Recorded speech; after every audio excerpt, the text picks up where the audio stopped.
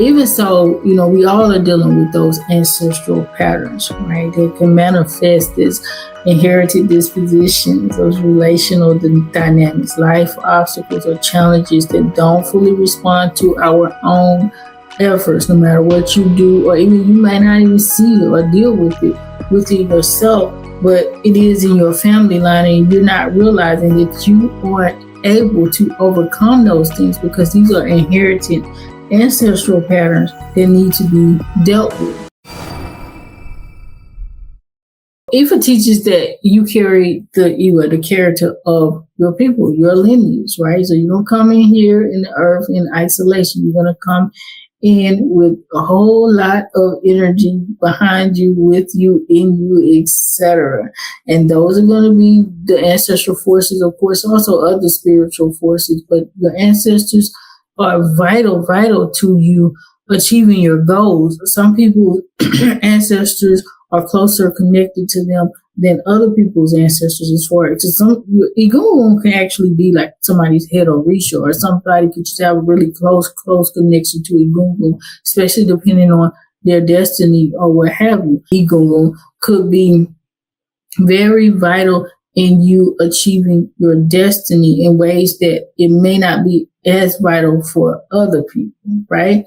Even so, we all are dealing with those ancestral patterns, right? They can manifest as inherited dispositions, those relational dynamics, life obstacles or challenges that don't fully respond to our own efforts, no matter what you do, or even you might not even see it or deal with it yourself, but it is in your family line and you're not realizing that you aren't able to overcome those things because these are inherited ancestral patterns that need to be dealt with. All right.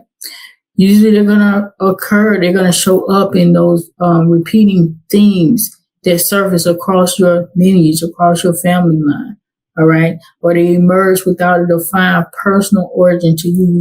You don't know what's going on. Like, I don't know why I'm dealing with this because I have done nothing, or it's not linked to anything specific in my life. Right.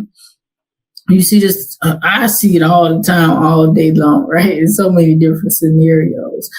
My husband has a friend where it's like in that family, the mother, she just passed away actually, but she was divorced from her first husband and then she got married. Every single one of her children was divorced at least one time and they had been remarried. Some of them were even divorced from the remarriage. And that was definitely not even was, because most of the children are still alive. It definitely an inherited generational pattern, but they don't practice Ifa or anything like that. They're actually Christian. So I never say anything. I've told this before, but that just always sticks out to me in my mind because I see that pattern so clearly in that family line. And it's nonstop. Like every single person, they get married, they get a divorce. That happens so often. Divorces, people chronically not getting married, chronic singlehood in a family line. Like somebody might always come up to a space where they're about to get married and then it just falls through. We see the pattern, especially a lot of sexual abuse going through family line. Even so, rape. I mean, I remember a situation years ago when I worked in Georgia at a college, and one of my colleagues, she had been raped when she was, she lived in New York. She had been raped in New York. She came to Georgia because of her rape situation, and she started her life over, got married, so forth and so on. And then she had a daughter from that marriage. She ended up getting a divorce. Her husband left her or what have you. Later on, as her daughter grew up, she became an adult. Her daughter literally got raped in Georgia, and then she moved to New York. And, at that time, I was personally a Christian, but even so, I could see it because I understood generational patterns. Then I'm like, y'all don't see this? Like, this was an exact mirror. It's something that needs to be dealt with in that family line.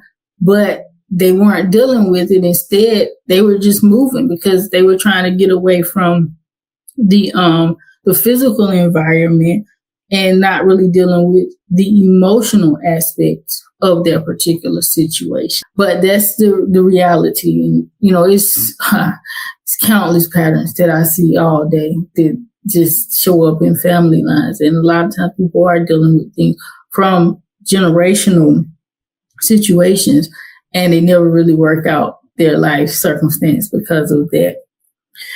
From a NEFA perspective, recognizing these ancestral influences help us identify why we experience certain things, or we have certain emotions that don't really belong to us. Some people have explained having like just this sense of anger or this sense of sadness, and they don't know where it comes from.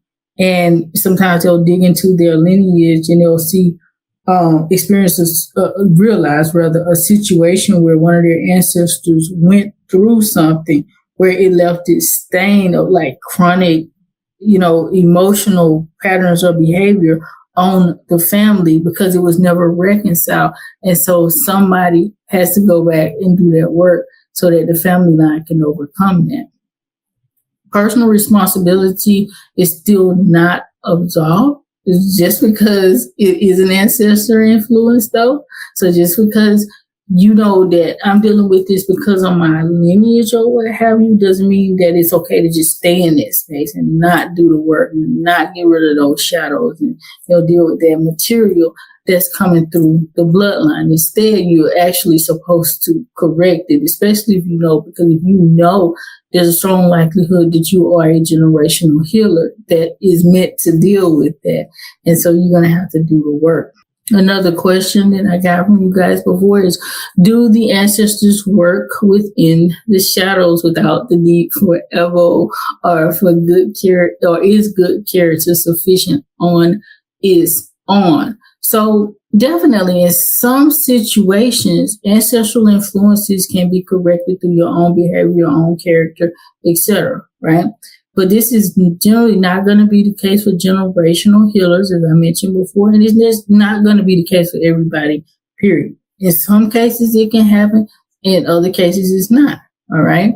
So not all of those patterns can be resolved just by you being good and just by you, like, I'm going to live, a life of purpose and, not do XYZ type of things that my ancestors did. That's great and that's beautiful for you. And you probably will experience a certain level of blessings in your life if you do move in that direction, because character development is such a prominent part of this work. But that is not all. Keep in mind that, deep-seated generational patterns often require ritual work. You got to go in and do the work, the abode, and even so sometimes the crochet and other things, high-level ceremonies, even so initiation in some cases, right? Particularly when these issues persist despite your efforts to correct them. Another thing too, when examining this, even if your own behavior works things out for you, so to speak, you got to understand that it's just for you. If it's a generational pattern, that ancestral trauma is going to linger through generations. So it can still impact your family members. It can impact your own children, your progeny, or your children's children. So we don't want to just leave it there just saying, well, hey, I'm walking in good character, forget everybody else because my life is, good or what have you. No. You still want to get rid of it because it can impact generations from now. Even if it skips you, some things just naturally skip over people. It's not even with them doing ritual work, but that doesn't mean that it doesn't come back and get to their children or their children's children, etc.